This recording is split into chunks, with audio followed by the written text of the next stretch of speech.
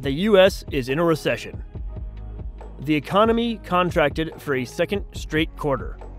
The Commerce Department reported on Thursday, July 28th.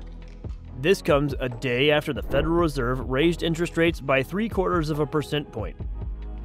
The current interest rate is in a range of 2.25 to 2.5 in an effort to slow growth and ease price pressures. The report likely won't deter Fed Chair Jerome Powell from raising borrowing costs further. What could this mean for the cryptocurrency market and its investors? Welcome to Metaverse Memo, your home for all things cryptocurrency, metaverse, and NFTs.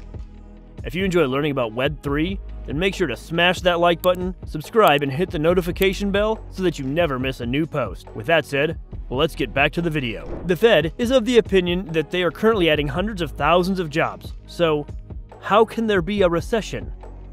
Jerome Powell and his colleagues will have to observe closely. Their policy tightening to bring down decades-high inflation is already having an effect, and it may bite more. The Fed's aim is for a soft landing, but analysts increasingly fear a hard crash. Gross domestic product fell 0.9%, according to the Bureau of Economic Analysis. That follows a 1.6% decline in the first quarter and was worse than the Dow Jones estimate of a gain of 0.3%.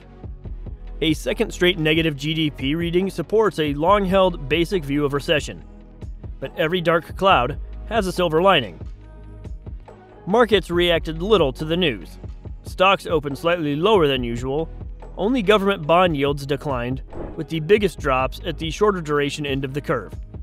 The fact that the markets are stable is good news for crypto investors. The other silver lining is that more people may invest in crypto, since they can extract better returns from the crypto market as it moves more than traditional stocks. The general slowdown has had its effects, though.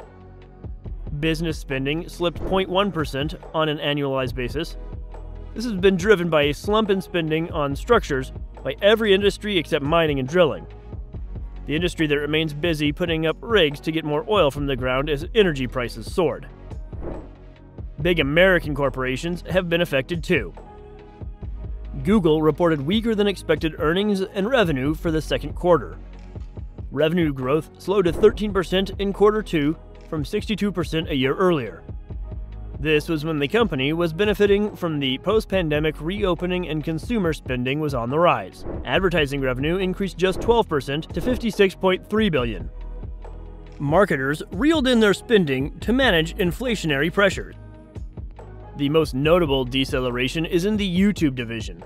Sales rose only 5% after jumping 84% in the same period a year ago. YouTube is also facing heightened competition from TikTok in short-form videos. The report comes days after Snapchat announced disastrous quarterly results. In contrast, Google shares rose slightly after its numbers were released. Investors may have been expecting more troubling signs. Even a global behemoth like General Motors has not been spared. For Q2, General Motors earnings slumped 43% to $1.14 per share. Revenue grew 4.6% to $35.8 billion. Analysts had expected GM earnings of $1.23 a share on revenue of $33.1 billion, according to FactSet. The automaker generated $1.4 billion in free cash flow in Q2, down 43% year over year. But the cash generation came despite swollen vehicle inventory and higher capital spending. Globally, GM's deliveries fell 19% in Q2 to 1.42 million vehicles, some reasons being the global chip shortage, fresh COVID lockdowns in China, and other challenges. Vehicle sales fell 15% in the US and 36% in China. Deliveries of 95,000 vehicles to dealers were delayed, the company earlier revealed, but GM has reiterated expectations that delivery volumes will grow 25 to 30% for the full year. According to JP Morgan's Michael Feroli, the economy is clearly losing momentum. He noted the decline in business spending along with the drops in consumer spending on goods and housing. At least the Fed has something to show for its rate hikes. What are your opinions on the US economy? Please comment your thoughts down below and share with us. We'd love to chat with you there.